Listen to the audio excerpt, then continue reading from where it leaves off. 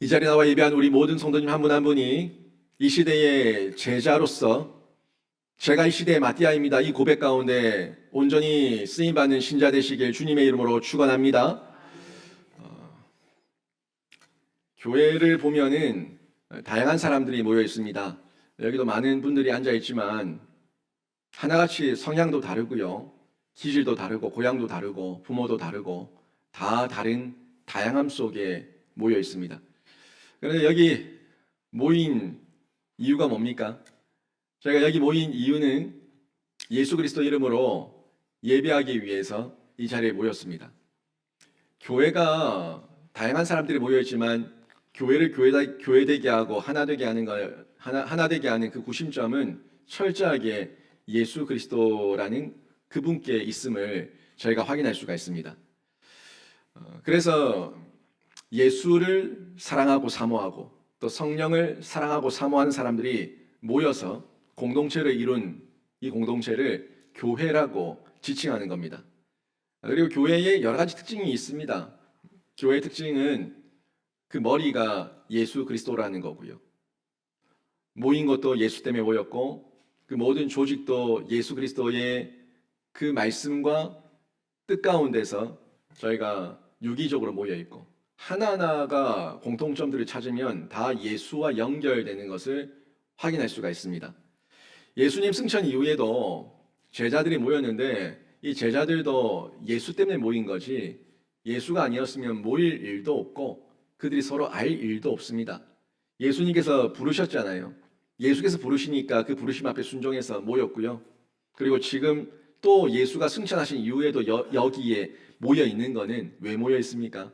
예수님께서 승천하신 이후에 보혜사 성령을 보내시겠다고 약속하시고 말씀하셨기 때문에 그 약속과 말씀 따라 모여 있는 겁니다.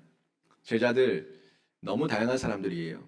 뭐 베드로 같은 사람도 있고 요한 같은 사람도 있고 또 유다 같은 사람도 있고 도마 같은 사람도 있고 그 중에는 열심당한도 있고 하여튼 이 모양 저 모양으로 여러 모양으로 섞여 있는 사람들인데 그들을 하나 되게 한 거는 예수 그리스도 그 이름이었다는 걸 제가 성경을 통해서 볼 수가 있습니다. 사도들의 명단이 오늘 본문 13절에도 나오는데요. 이 13절에 나오는 사도들의 명단이 복음서에 남았던 명단과 다른 점은 뭐 같습니까? 뭐가 다른 점 같아요? 복음서에 나왔던 예수님께서 이름 불렀던 그 명단의 이름은 예수님께서 제자 삼기 위해서 불렀던 부름받은 제자들의 명단이었어요. 근데 지금 13절에 사도행전 1장 13절에 나오는 이 명단은 이제 그 훈련을 마치고 예수님께 보냄받은 사도들의 명단이에요. 부름받았냐 보냄받았냐 다르죠. 다른데 그 이름 가운데 11명의 이름은 그대로 있지만 한 명의 이름은 없습니다. 한 명은 부름은 받았지만 보냄받지 못했어요. 그러니까 예수께서 주셨던 사명과 직분에 있어서 소홀히 여기며 자기가 거부하고 버렸던 거죠. 이런 부분에서 복음서의 사도들의 명단 그리고 사도행전의 사도들의 명단의 차이점을 확인해 볼 수가 있는데 오늘 여기 보니까 그 제자들 11명, 이 보냄받은 11명만 모여 있는 게 아니라 또 더 다양하게 모여 있습니다. 더 다양하게 모여 있는데 보세요. 14절, 15절 말씀을 보니까 오늘 읽진 않았지만 14절, 15절 말씀 보니까 어떤 사람들이 나옵니까? 예수의 형제들도 나오고 예수의 모친 마리아도 나오고 다른 여인들도 나오고 15절에 보니까 그렇게 모여 있는 사람들의 수가 120여 명이 된다고 성경이 기록하고 있습니다. 근데 이 120명이 모였는데 하나겠습니까? 다양하지 않겠어요? 워낙 다양하죠. 제자들도 예수님이 십자가 지실 때에 여기로 저기로 온 데 흩어졌어. 다 도망갔습니다. 다 도망갔던 사람들. 그리고 예수님의 그 형제들도 보세요. 형제들도 보니까 예수님을 미쳤다고 얘기하며 핍박하지 않았습니까? 예수님을 버린 사람, 예수님을 핍박했던 사람. 뭐 아무튼 이런저런 다양한 모습 가운데 부정적인 예수께 대해서 부정적인 반응을 보였던 사람들이 지금은 예수의 이름으로 하나로 다 모여 있다는 거예요. 놀라운 일이죠. 도망가지 않았어요. 이제 예수를 핍박하지 않아요. 예수의 이름으로 그 예수를 기대하고 고대하고 성령의 사모함을 가지고 함께 모여서 있다는 것. 이게 놀라운 일인데, 그런데 아직까지 성령은 임하지 않았습니다. 성령은 임하지 않았지만 그들 안에 뭔가 모르는 내적 생명력의 씨앗이 들어왔어요. 예수를 만났습니다. 부활하신 예수를 만났어요. 그 부활하신 예수를 통해서 예수께서 성령을 보내주신다고 말씀하셨는데, 아직 성령은 받지 않았지만 그들 마음에 뭔가 모르는 내적 생명력이 이미 싹트고 있었다는 것을 저희가 짐작해서 확인해 볼 수가 있습니다. 아직까지 외적인 부흥은 일어나지 않았습니다. 베드로가 나가서 안전뱅이를 일으키고 설교를 할 때 3,000명, 5,000명이 주께로 돌아오는 그런 외적인 놀라운 부흥의 역사는 일어나지 않았어요. 그런데 지금 베드로에게도 뭔가 모르는 변화의 조짐이 보이고 있다는 것을 확인할 수가 있습니다. 그러니까 지금 이들이 외적 부흥을 꿈꾸기 전에, 외적 부흥을 말하기 전에 뭐가 먼저 일어났냐? 내적 변화, 내적 부흥이 먼저 있었다는 거예요. 내적 변화가 있을 때 부흥이 일어나죠. 여러분, 교회가 부흥을 얘기하는데 부흥이 어떻게 일어납니까? 사람 한 사람 한 사람이 먼저 내면이 바뀌어서 바뀐 한 사람을 통해서 영향력이 드러나고 바뀐 한 사람을 통해서 그 사람들이 모이게 될 때에 부흥의 역사가 일어나는 거예요. 아무리 백날 천날 부흥 얘기해도 내가 안 바뀌면 아무런 부흥이 일어나지 않습니다. 모든 부흥의 역사는 나부터 바뀌는 거예요. 내가 바뀌고 내가 부흥의 역사 가운데 참여하는 자가 되었을 때 부흥을 보고 기뻐하고 즐거워하며 감사하며 그 부흥의 불길 가운데 내가 뛰어들 수가 있는 거예요. 내가 바뀌지 않는데 무슨 부흥이 있어요? 무슨 변화가 있어요? 아무리 교회가 부흥한다고 하더라도 내가 바뀌지 않으면 나는 외톨이입니다. 나는 고독합니다. 나는 혼자입니다. 부흥의 불길에 함께 타오르기 위해서는 나도 그 부흥의 불길 가운데 있는 사람들과 같이 내 내면의 변화, 내 내적 변화가 일어날 때에 그때 부흥은 준비되고 있는 거예요. 우리 가정도 개인도 교회도 다 부흥을 꿈꿀 건데 부흥을 준비하십시오. 그 부흥의 준비는 내 내면에서부터 시작되는 거예요. 내 내면에서 예수를 만나고 사모하고 또 한자리 모이고 함께하는 변화, 함께 모여서 다르지만 그 다양함 속에서 예수라는 그 이름 하나 때문에 함께 모일 수 있고 함께 임모와 기도할 수 있고 마음을 모을 수 있다는 이 변화, 이 변화는 부흥의 준비의 단서가 되고 그 조짐이라는 거예요. 지금 이 사람들은 분명히 아직 성령을 받지 않았습니다.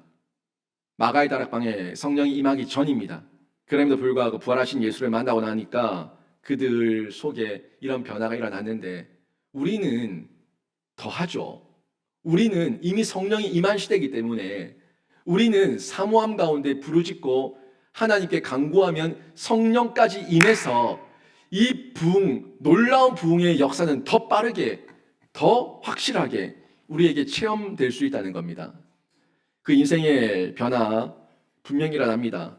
부활하신 주님을 만날 때 일어나고 그 부활하신 주님께서 보내신 성령을 체험할 때에 일어나게 되는데 여러분 인생의 변화 한 곳에 조금 변했다고 머물러 있지 마시고 계속해서 변화해 가시는데 성령 안에서 예수 안에서 여러분의 개인도 가정도 교회도 직장도 우리 모든 공동체도 놀라운 부흥의 역사의 중심에 있기를 주님의 이름으로 축원합니다. 이렇게 부흥을 꿈꾸며 하나 되는 교회, 그 교회의 특징을 보면요, 예수의 이름으로 연합한다는 거예요. 앞서 말했지만 우리가 연합할 수 있는 이유는 철저하게 예수 때문입니다. 예수. 여기 예수 없으면은 우리는 다 헛것입니다. 여기 예수 없으면 모일 이유도 없고요. 여기 앉아있을 이유도 없어요. 철저하게 예수 때문에 우리는 연합하고 있고 여기 앉아있고 함께 예배하고 있는 거예요. 초대교회의 태동은요, 이렇게 예수의 이름으로 모였습니다. 초대교회, 구별되고 하나님께 쓰임받았던 이 교회, 순수했던 교회, 뜨거운 성령의 불길이 있었던 교회, 이 교회의 태동은 예수 이름으로 연합된 제자들이 모였을 때 그때 시작된 거예요. 그리고 이들의 마음은요, 한 마음이 되고 한 곳에 모여서 기도했다는 겁니다. 그렇게 달랐던 사람들이, 그렇게 예수를 핍박했던 형제들이 하나같이 한 마음으로 한 곳에 모여서 함께 기도하고 있다는 겁니다. 분명 너무 달랐잖아요. 너무 달라졌기 때문에 흩어졌고 너무 달랐기 때문에 핍박했고, 그런데 그들이 예수의 이름으로 하나가 되었다는 것은 큰 변하고 놀라운 일이에요. 그게 12절, 13절, 14절, 15절 쭉 나오는 내용입니다. 12절에 그 11명의 제자 이름이 나오고, 14절에 예수님을 따르던 여자들과 예수님의 어머니 마리아와 예수의 아우들을 언급하고 있고, 그리고 15절에 그 수가 120명에 이른다고 말씀하고 있고, 근데 이들이 하나같이 한 마음이 되어서 한 곳에 모여서 예수의 이름으로 오롯이 기도에 힘썼다고 말씀하고 있다는 거예요. 사람이 많으면 말이 많아요. 사공이 많으면 배가 산으로 가요. 다 옛날 말인데, 사람이 많으면 말이 많고 사공이 많으면 배가 산으로 가는 이유가 이 기준이 없어서 그래요. 다 자기만 옳다고 떠들어대니까 무슨 하나로 뭉쳐지는 구심점이 있어야 되는데 그 구심점이 없으니까 지 마음대로 완전 오합지졸이라는 얘기예요. 배가 산으로 가면 안 됩니다. 근데 배가 바다로 가야 되는데 배가 산으로 가. 이 오합지졸이죠. 제 기능을 못 한다는 거예요. 사람이 많으면 생각이 많고 말이 많은데, 이 마음을 모으는 구심점이 우리에게도 여전히 있잖아요. 뭐예요? 성경이에요. 성령이에요. 성경 말씀. 이 성경은 예수를 증언하고 있고 성령은 예수의 영인데, 이 성경 말씀과 성령을 통해서 우리는 기준을 삼고 옳고 그름을 분별하면서 얼마든지 한 마음이 될 수가 있다는 거고, 합심해서 함께 기도할 수가 있다는 거예요. 바로 예수께서 언약하신 말씀에 근거하고 있냐 없냐, 내 안에 성령이 있냐 없냐 하는 부분을 잘 점검하면서 우리의 이 교회의 일원된 모습을 살펴봐야 되는데, 혹시라도 내가 교회 안에서 하나가 되지 못하고 교회 안에서 뭔가 모르는 불협화음을 자꾸 만든다면 한번 점검해 보십시오. 내 안에 성경이 있는지, 내 안에 성령이 있는지. 교회 안에 항상 문제가 되고 불협화음이 나고 갈등이 생기는 그곳을 찾아가 보면은 공통점은 성경 없고 성령 없다는 거예요. 그런데 부흥하는 교회, 잘 되는 교회, 성장하는 교회, 항상 하하호호 그 안에서 웃음과 울음이 있는 교회, 그곳은 성경이 있고 성령이 있다는 겁니다.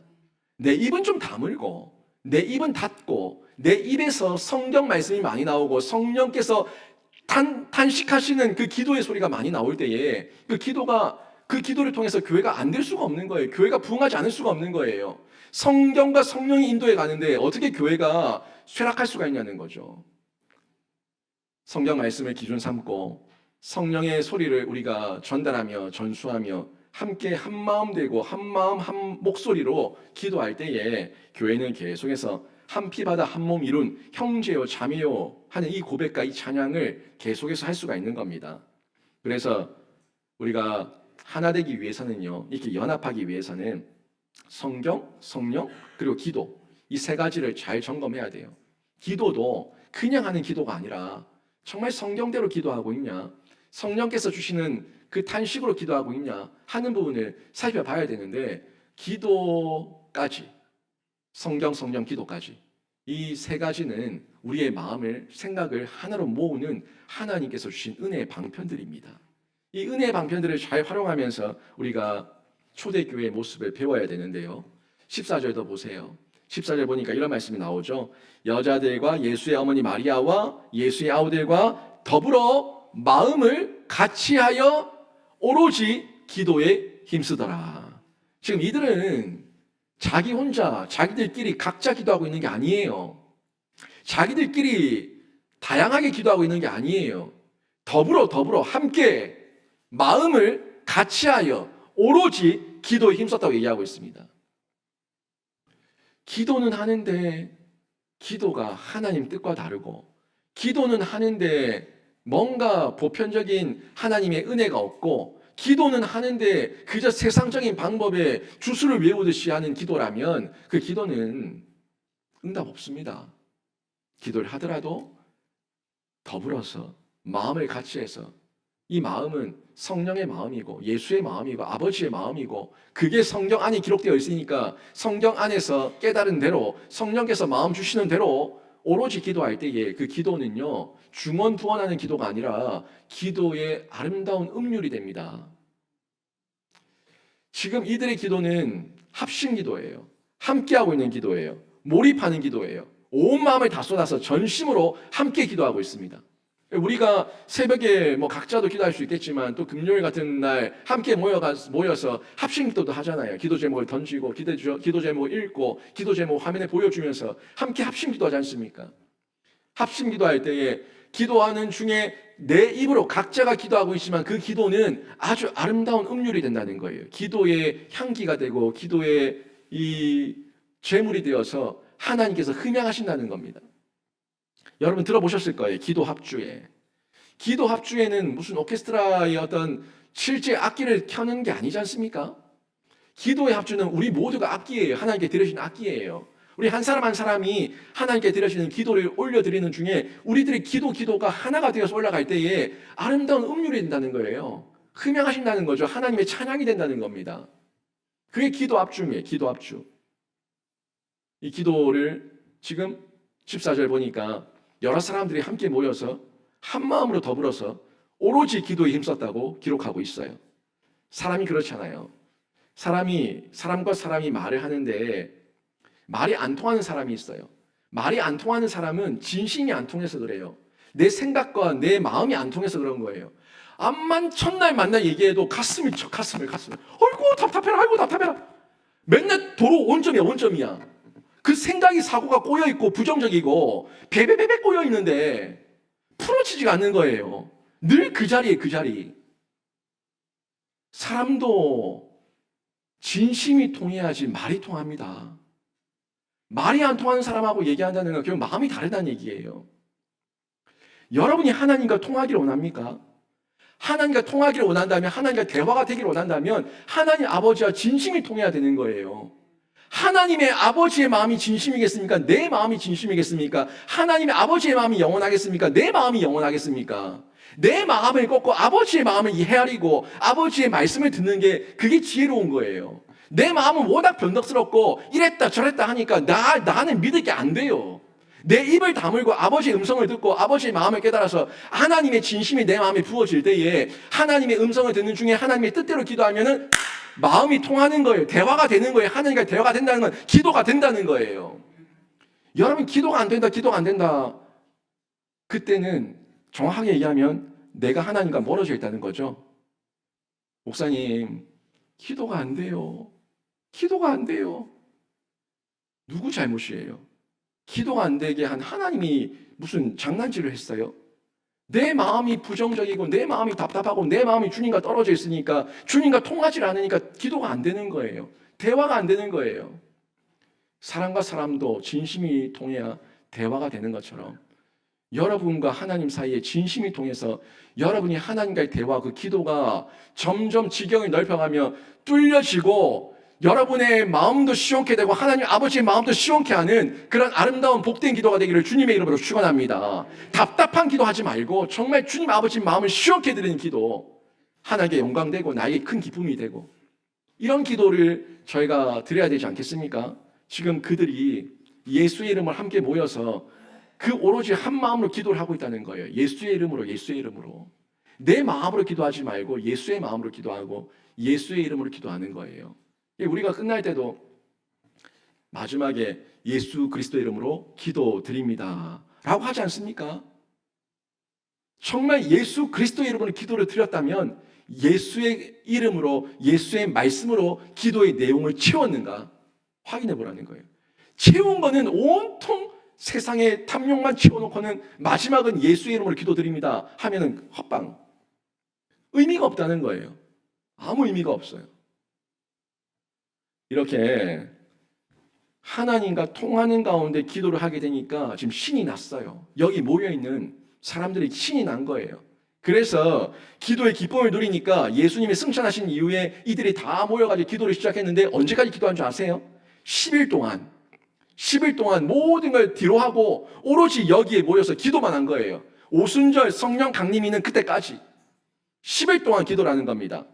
오직 기도를 할 때에, 오직 기도에 힘쓰며 한마음 되어서 기도할 때에 약속하셨던 성령의 역사가 나타나고 오순절에 성령 강림의 능력과 역사와 기적이 나타나게 된 거예요. 그리고 완전히 이 사도들이 바뀌어버리죠. 내적 부흥이 이제 외적 부흥으로 드러납니다. 나가서 안진뱅이가 일어납니다. 나가서 설교할 때에 3,000명, 5,000명의 주께로 돌아옵니다. 부흥의 역사가 일어나는 거예요. 이 내용을 보면서 순서를 확인하게 되죠. 예수를 만나고 예수를 사모하는 가운데 예수의 이름으로 모이고 한 곳에서 기도하고, 그리고 오로지 기도에 힘쓰며 그 기쁨을 맛볼 때에 성령의 역사가 나타나는 내적 부흥이 외적 부흥으로 연결되는 이 과정을 보게 되는데요. 예수의 이름으로 연합해서 모였고 예수의 이름으로 기도했고 합심했고 성령의 역사가 나타났다는 걸 확인할 수 있습니다.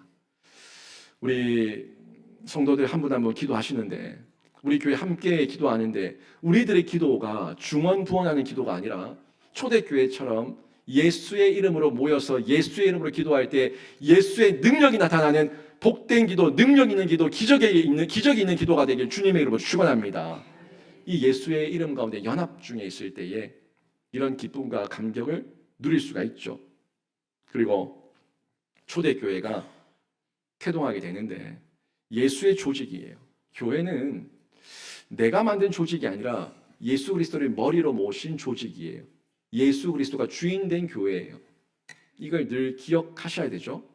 내가 목소리 커지고 내 생각대로 내 주관대로 하려고 하면은 아주 잘못된 겁니다. 교회를 파괴하는 자가 됩니다.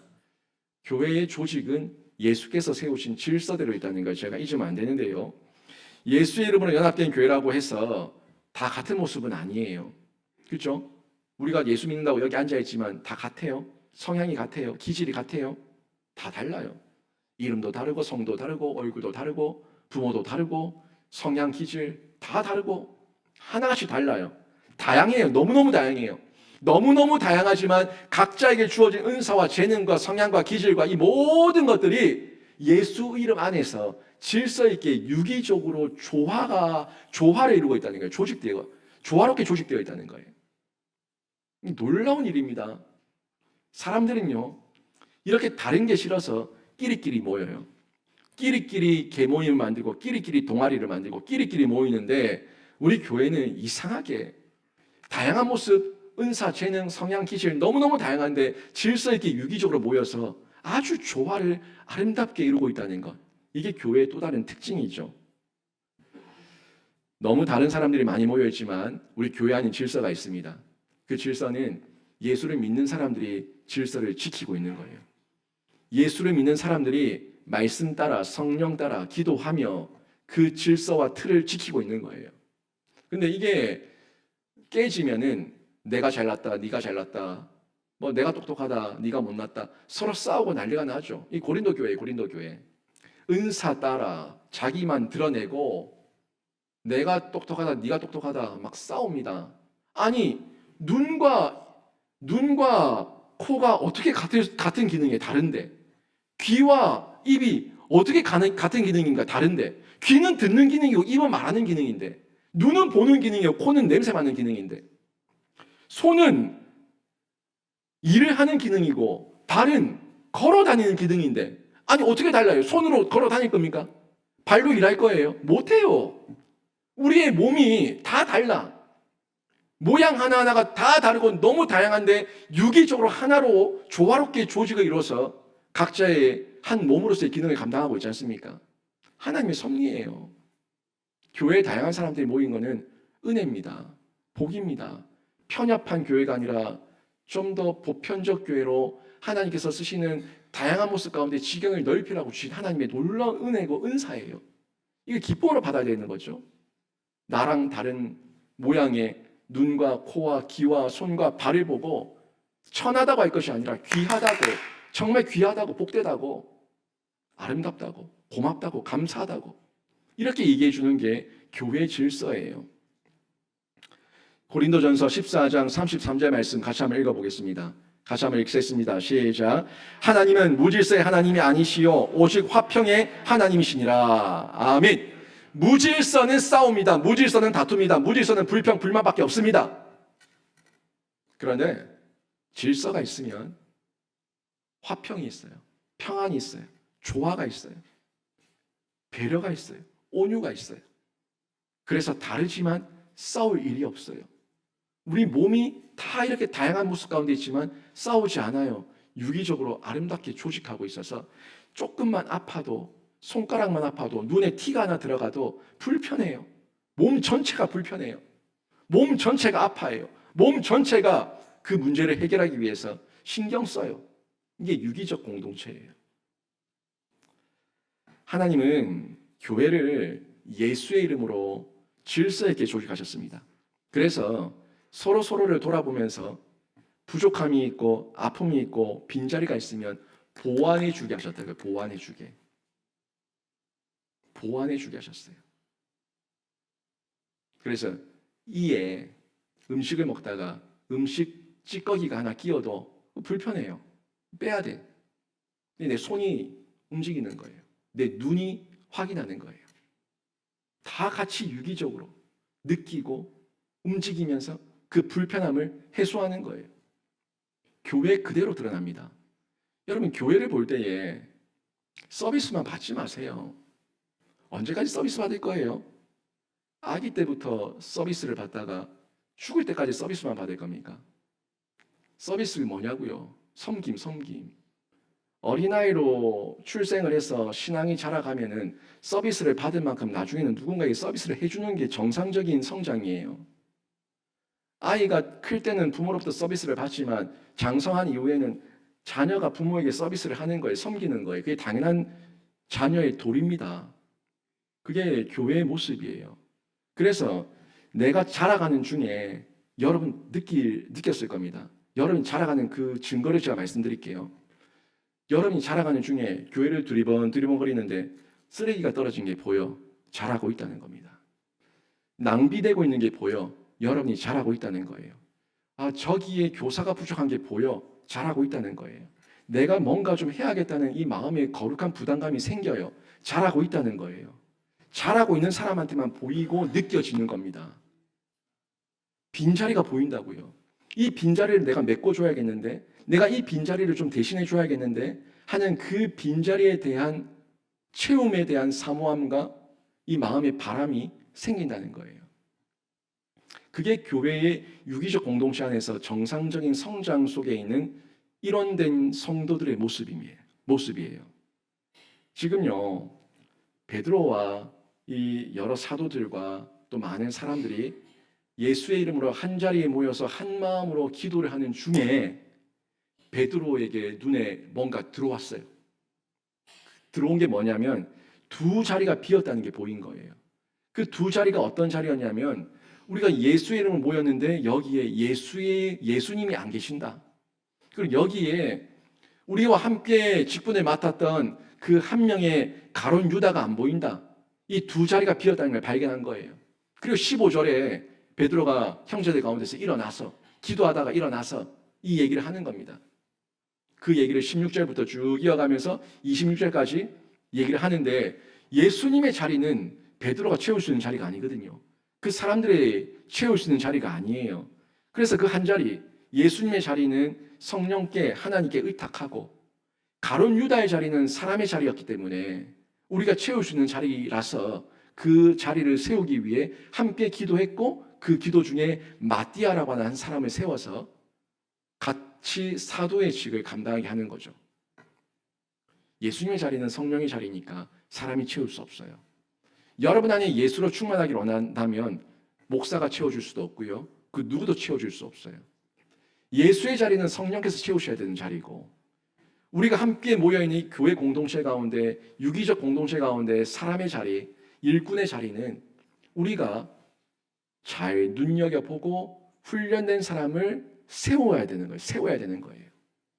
자꾸 교회는 훈련된 사람들을 세우는 게 건강한 교회입니다.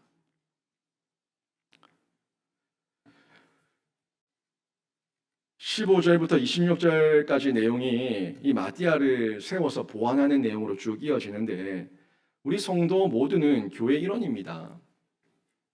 교회는 이름만으로 존재하는 게 아니에요.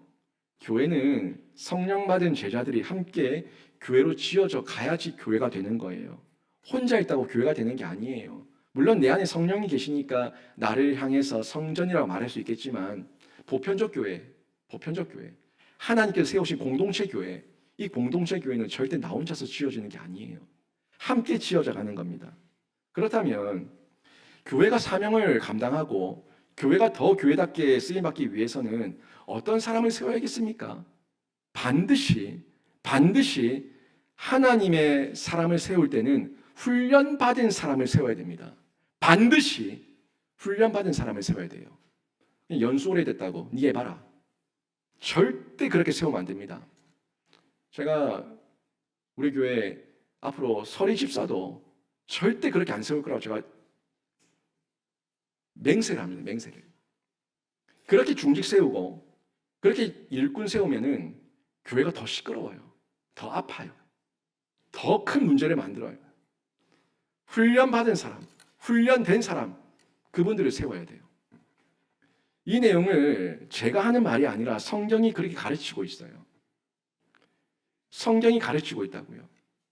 예수님께서 부름받은 제자들을 부르실 때는요, 훈련되지 않은 사람들을 부르셨죠. 근데 그들은 아무것도 아니었어요. 아무것도 아니었습니다. 교회가 아니었습니다. 교회 일원이 아니었습니다. 그냥 부름받은 그냥 제자들이었어요. 이 제자들이 사도로서 교회 일원이 되고 중추적 역할을 감당하며 그 교회의 지도자로 세울 때는요, 보냄받았다고요. 보냄받았다고요. 근데 보냄받을 때는 12명이 아니라 11명이었다고요. 한 명은 뭐예요? 탈락했다고. 탈락한 사람이 있다는 거예요. 부름받았다고 다 보냄받는 게 아니라 부름받았다 하더라도 보냄받지 못한 사람이 있다는 거예요. 결국 보냄받은 사람은 훈련을 마친 사람, 훈련을 받은 사람이 보냄을 받는 거예요. 우리가 교회 안으로 들어오는 거는 부르는 겁니다. 누구든지 들어와도 됩니다. 누구든지 들어오세요. 누구든지 예수 믿으세요. 누구든지 구원받고 예수의 생명 가운데 은혜를 마음껏 누리세요. 그런데 교회에서 사람을 세워서 보낼 때는 훈련받은 사람을 보내야 된다는 겁니다. 훈련받지 않은 목사를 세우겠습니까? 훈련받지 않은 장로를 세우겠습니까? 훈련되지 않은 중직을 세우겠습니까? 그러면 안 된다는 거예요, 그게. 여러분이 담임 목사를 청빙할 때도 여러분의 눈높이가 있잖아요. 수준이 있잖아요. 그래도 목사님은 이런 분이 와야 된다라는 그 기준이 있잖아요. 근데 그 목사와 손 맞춰서 발 맞춰서 함께 사역해야 될 중직을 세우는데 그 목사의 손발을 만들어주는 건데 훈련되지 않은 사람, 목사는 훈련된 사람 뽑아놓고는 훈련되지 않은 사람을 손발로 붙이면은 그게 이 조화가 맞습니까? 안 맞아요. 계속 불협화음이 나는 거죠. 훈련받은 교회, 훈련받은 사도, 훈련받은 제자, 훈련받은 성도들을 통해서 교회는 점점 확장되고 부흥이 일어나는 거예요. 이건 제 말이 아니라 교회가 전달하고 있는 얘기입니다. 성경이 교회를 향해서 전달해주고 있는 거예요. 가룟 유다 같은 사도를 세우면 안 되지 않습니까? 그래서 자격을 제시합니다. 이 다른 한 사람, 이 가룟 유다의 자리를 대신할 그 사도의 자리를 누가 세울 거냐, 누가 되냐, 그 자격을 21절과 22절에서 베드로가 제시하고 있습니다. 보십시오. 이러므로 요한의 세례로부터 우리 가운데서 올려져 가신 날까지 주 예수께서 우리 가운데 출입하실 때에 항상 우리와 함께 다니던 사람 중에 하나를 세워 우리와 더불어 예수께서 부활하심을 증언할 사람이 되게 하여야 하리라 하거늘. 여기서 전달하는 메시지가 뭐예요? 핵심이 예수를 통해서 훈련받은 사람을 세워야 됩니다 하는 이 말을 베드로가 하고 있는 거죠. 비록 예수님께 부름받았던 12명의 제자는 아니라고 하더라도 부름은 받지 못했어요, 예수님께. 그렇지만 예수님을 늘 사랑하고 사모해서 그 곁을 따라다니며 예수를 만났던 사람, 예수님의 가르침을 들었던 사람, 예수님의 부활을 경험하고 봤던 사람, 그리고 그 예수의 부활하심을 증언할 사람, 열정 있는 사람, 끈기 있는 사람, 그 사랑이 있는 사람, 이 사람을 세워야 된다고 지금 21절, 22절이 기록하고 있는 거예요. 우리 영신교회가 초대교회와 같이 부흥하기 위해서도요, 이 내용을 잘 따라야 됩니다. 우리 교회 부흥을 말한다고 부흥하지 않습니다. 부흥은 사람이에요, 사람. 내면이고요, 성령의 열매예요. 그 부흥은 흉내낼 수 있는 것도 아니고요, 만들어낼 수 있는 것도 아니고요, 부흥은요, 전적으로 하나님께서 하시는 거예요. 사람이 바뀌는 거예요. 이게 교회의 부흥이고 하나님 나라의 새 역사인데요. 사람이 바뀌는 거 보면 무섭습니다. 진짜 사람이 바뀌는 걸 보면 무서워요. 저도 무서워요. 저도 제가 바뀐 걸 보면 무서워요. 여러분도 여러분이 20대, 30대의 모습과 지금의 모습을 보면은 얼마나 많이 바뀌었는가를 지금 느낄 수 있을 겁니다. 그때 그렇게 하라고 한다고, 지금처럼 하라고 한다고 하겠습니까? 못합니다. 죽었다 깨어나도 못합니다. 비록 점진적이었지만 주 안에서 계속 기도하며 생명의 수액을 받고 말씀을 먹는 가운데 조금씩 바뀌어서 지금 이런 놀라운 기적의 현장 가운데 내가 앉아있고 내 모습이 된 거예요.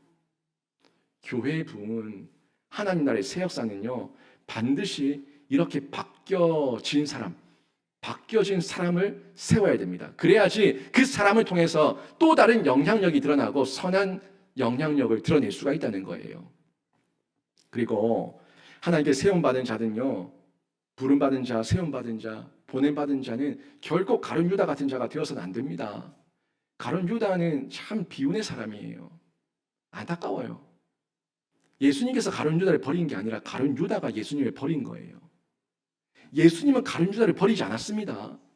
가룟 유다가 예수님을 버린 거예요. 하나님은 인격적인 분이세요. 예수님은 인격적인 분이세요. 가룟 유다는 한 명의 인격이었어요. 그래서 하나님께서 가룟 유다를 채찍 들고 강제적으로 강압해서 순종하게 하지 않았습니다. 사랑하게 하지 않았습니다. 그건 사랑이 아니니까. 진짜 순종과 사랑은 자발적이고 자원하는 거예요. 그래서 가룟 유다 마음 가운데 불의한 삭시 들어가고 사단 마귀가 들어가서 까부라치는 가운데 예수를 버리겠다고 작정을 하고 결단을 했을 때 예수께서 말씀하셨지만 가룟 유다가 거부한 거예요. 그냥 예수님은 그 가룟 유다를 인격적 존재로 인정하셨기 때문에 내버려 둔 거예요. 하지만 예수님은 안타까워하셨어요. 너무너무 아파하셨어요. 여러분 자녀들이 있는데 어린 자녀들을 몽둥이 들고 채찍 들고 회초리 들고 앉혀놓고 공부하라고 엄마한테 사랑한다고 말해보라고 막 때려가면서 얘기하면 그 아이가 공부하는 흉내를 내고 엄마 사랑해 한다고 그게 사랑이 됩니까?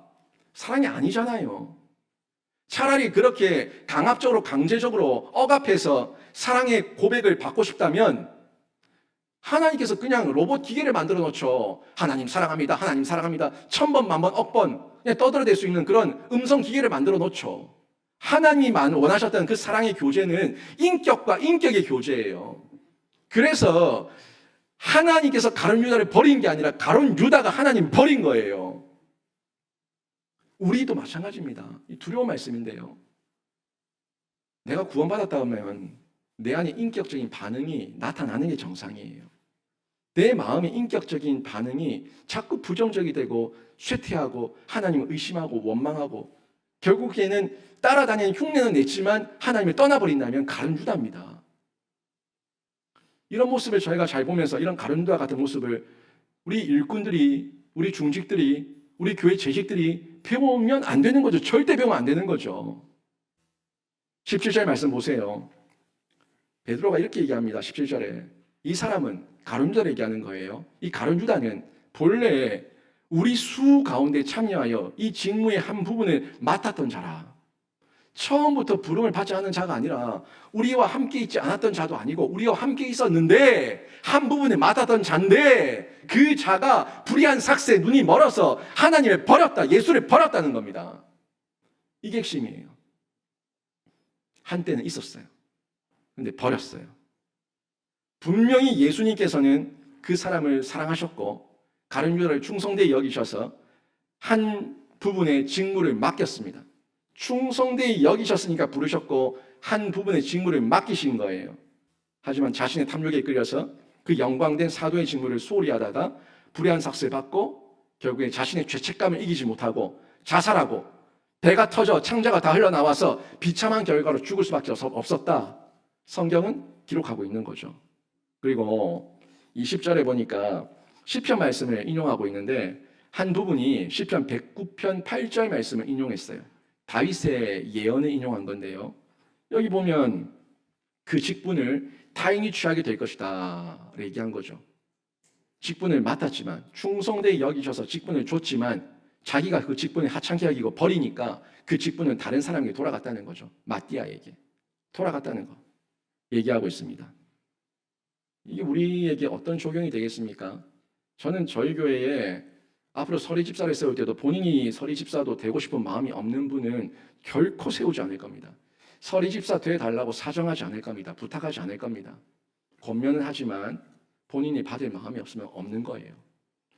받을 마음 없는 사람 억지로 세워서 집사 돼주세요, 집사 돼주세요 해서 집사 세워본데 집사로서 하는 거 아무것도 없어요. 교회도 안 나오는데 하는 게 뭐가 있어요? 아무나 교회에 집사 세우지 않습니다. 여기저기 기웃거리며 또 딴 교회 가서 어느 교회 다녔냐, 영신교회 다녔다, 직분이 뭐냐, 뭐 중직이었다, 집사였다. 부끄러워요. 부끄러운 거예요. 정말 부끄러운 거예요. 교회에서 직분을 거절하는 자들, 그 직분은 타인에게 돌아갑니다. 교회에서 섬기기를 거절하는 자들, 그 섬김은 타인에게 돌아갑니다. 그 영광된 직분과 섬김의 특권을 거절한 자는 자신이 손해보는 거예요. 제가 많이 힘들 때, 제가 올해 이제 20년째, 18년째 사역을 하고 있는데 2006년부터 사역을 했으니까 18년 사역을 하는 중에 이런저런 어떤 마음의 힘듦이 왜 없었겠습니까? 뭐 성도들 때문에 힘들기도 하고 일이 많아서 힘들기도 하고 설교가 많아서 힘들기도 하고 제가 일을 너무 많이 벌려놔가지고 이걸 다 쳐내지 못해서 힘들기도 하고 이런저런 힘들 때가 많이 있었어요. 뭐 부교육자도 마찬가지고 저는 파트 때부터 전임처럼 사역했어요. 이거는 제 말이 아니라 뭐 저를 봤던 사람들은 다 인정하는 거예요. 파트 때도 전임처럼 사역했어요. 그래서 사역하는 중에 때로는 저도 마음이 힘들고 어려울 때가 있거든요. 그래서 한 번씩 기도를 하면 하나님 힘들어요. 너무 피곤해요. 좀 쉬고 싶어요. 기도를 하면 하나님께서 한 번은 이렇게 저에게 말씀하시더라고. 계속 쉴래? 그냥 쭉 쉬게 해줄까? 아유, 순간 뜨끔해서 아니, 하나님 그건 아니고요. 이 영광된 직분 내려놓고 싶지 않고 그냥 지금 좀 힘들다고요. 그리고 얼른 정신 차리고 또 주어진 일에 최선을 다하며 충성했습니다.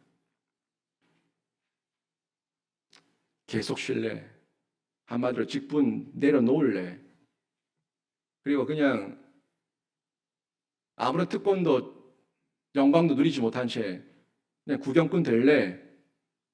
이 말씀이 더 무섭더라고요. 더 무서웠어요. 자기가 손해예요. 영광된 직분, 섬길 수 있는 특권, 섬기지 않고 거부하고 도망가고 피하는 것, 결국 자기만 손해입니다. 시무 장로, 시무 장립 집사, 시무 권사, 영광된 직분이에요.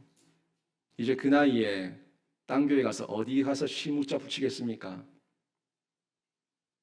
시무한다는 것은 하나님께서 특권을 주셨다는 거예요.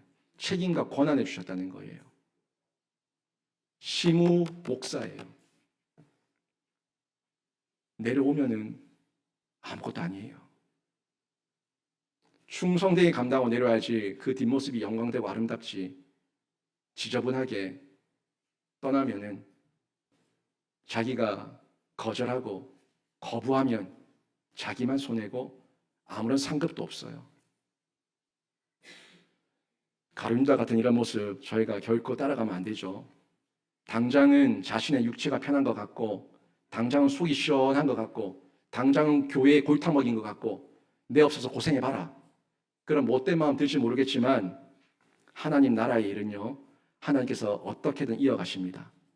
저 없으면 이 자리에 누가 설 사람 없을 것 같아요. 천지백깔입니다. 제가 서 있는 게 영광이에요. 저에게 특권이에요. 나 없으면 교만입니다. 써주셔서 감사합니다. 불러주셔서 감사합니다. 맡겨주셔서 충성하겠습니다. 이게 직분자의 모습이에요.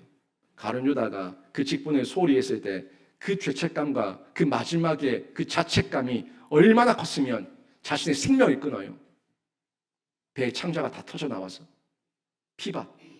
피밭을 만들었다고 성경이 기록하고 있습니다.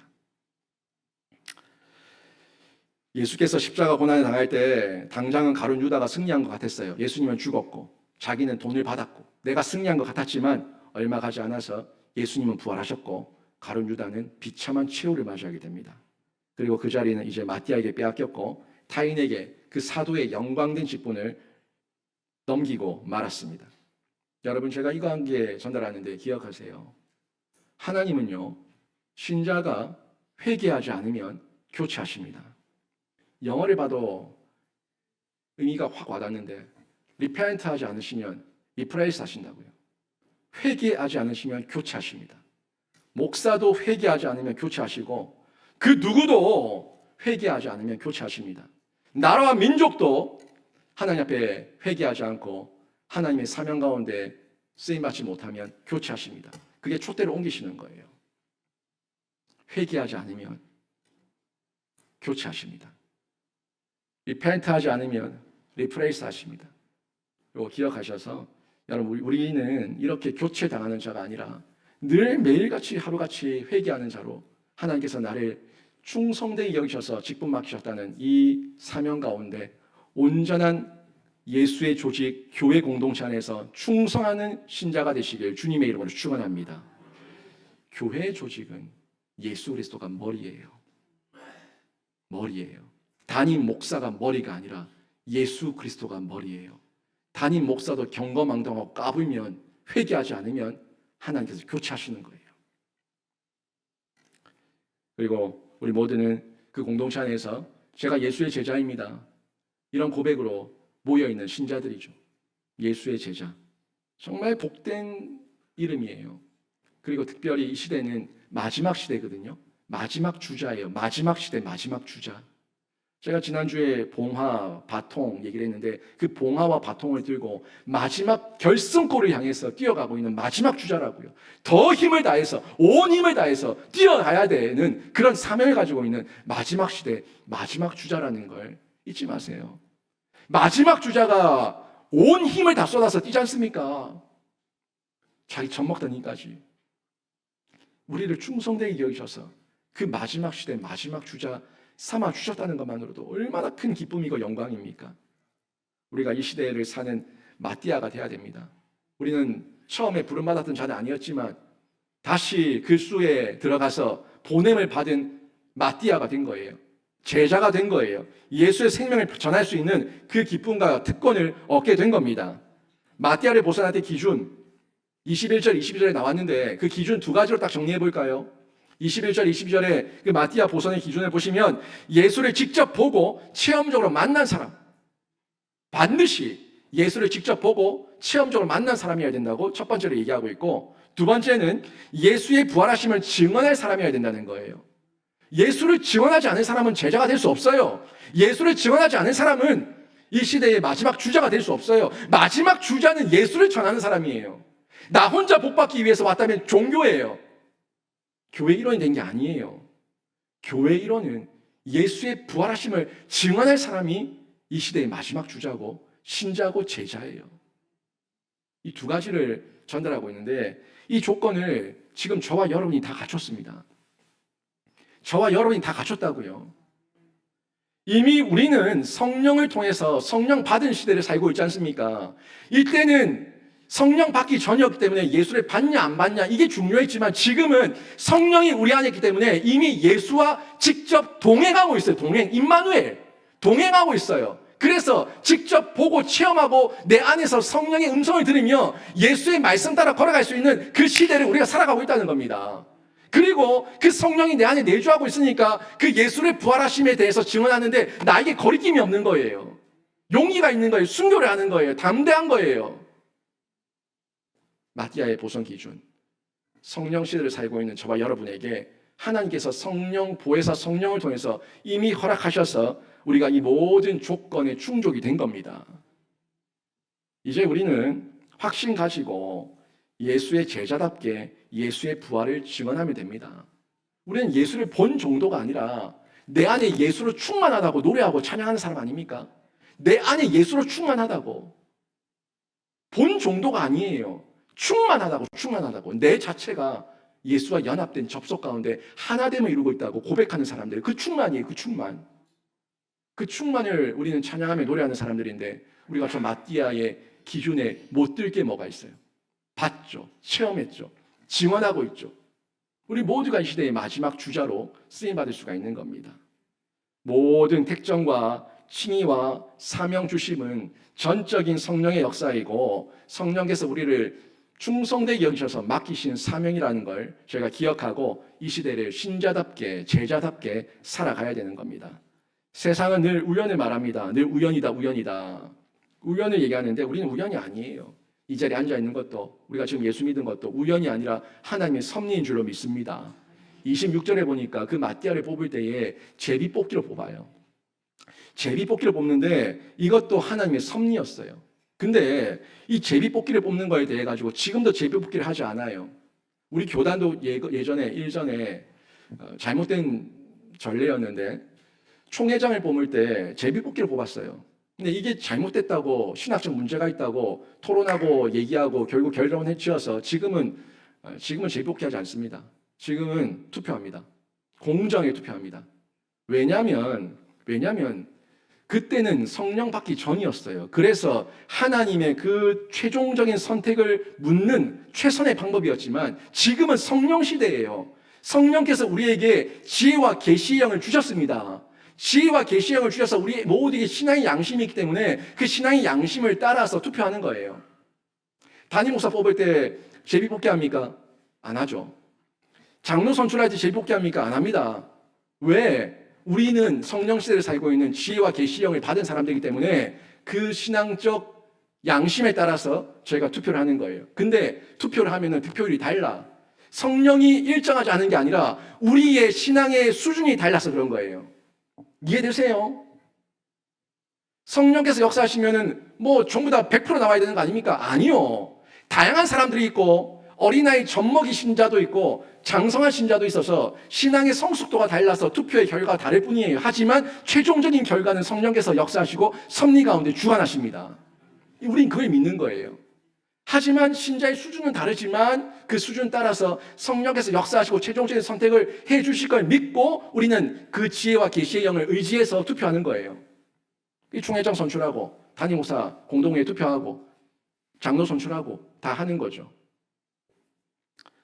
본문에서 마띠아를 제비 뽑은 거는 그 당시에는 그럴 수밖에 없었던 최종적 어떤 최선의 방식이었다는 걸 이해하시면 되는데, 중요한 거는 투표를 하든 제비를 뽑든 하나님의 연합된 교회의 조직은 그 최종적 결과에 섭리임을 믿고 순종한다는 거예요. 이게 중요한 거예요.